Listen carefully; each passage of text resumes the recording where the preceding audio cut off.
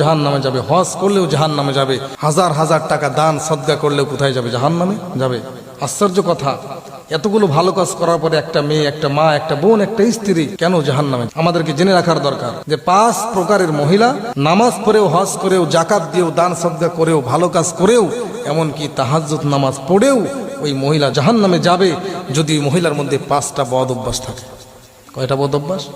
5টি বদ অভ্যাস যদি মহিলার মধ্যে থাকে, যত নেক আমল করুক না কেন মহিলা কোথায় যাবে? জাহান্নামে যাবে। বিশেষ করে আমার মা বোনদের এই কথাগুলো বিশেষ করে খেয়াল করার দরকার যে 5টি বদ অভ্যাস যেন আমার মধ্যে না থাকে। মুসলিম শরীফের বর্ণনা।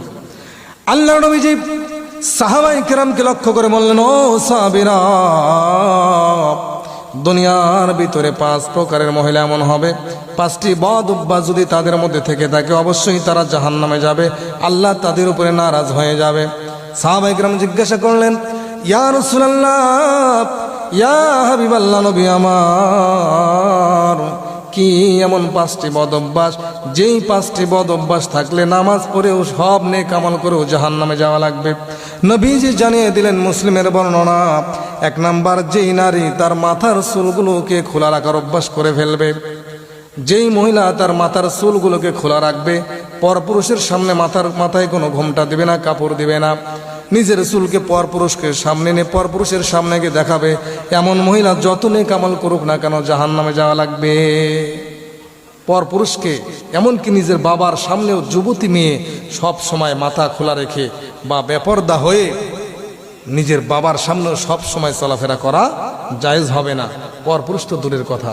এজন্য 1 নাম্বার, যেটা 5টির মধ্যে 1 নাম্বার হলো যে চুল খোলা রেখে, মাথা খোলা রেখে, মাথায় ঘুমটা না দিয়ে যেই মা, যেই বোন বাহিরে চলাফেরা করবে বা পর পুরুষকে চুল দেখাবে, এরকমভাবে বেপরদাভাবে চলাফেরা করবে, এই মহিলার কোনো ইবাদত আল্লাহ তাআলার কাছে গ্রহণযোগ্য হবে না। 2 নম্বরে নবীজি বলছেন, যেই নারী তার স্বামীকে দেখলে মন খারাপ করবে, স্বামী ঘরে আসলে মনটা বেজার হয়ে যাবে, স্বামীকে কোনো মূল্যায়ন করবে না, স্বামীকে কোনো দাম দেবে না, স্বামীর বদনাম করবে, স্বামীর উপার্জনে খুশি হবে না, স্বামীর প্রশংসা করবে না, স্বামীকে তার পছন্দ হবে না, স্বামীকে ভালো লাগবে না, যার কারণে স্বামীর সঙ্গে খারাপ ব্যবহার করবে, স্বামীর সঙ্গে তৈতকারী কথা বলবে, স্বামীর সঙ্গে ঝগড়া করবে, ওই স্বামী যদি তার ব্যবহারে নারাজ হয়ে যায়, ওই মহিলার কোনো ইবাদত কবুল হবে না। 3 নম্বরে নবীজি বললেন, যেই নারী তার স্বামীর সাথে মিথ্যা কথা বলবে, স্বামীর অজান্তে বাইরে চলে যাবে, স্বামীর অজান্তে অনেক কিছু করে ফেলবে, স্বামী যদি জিজ্ঞাসা করে তুমি কি বাইরে গিয়েছিলে, বলবে না, যাই নাই।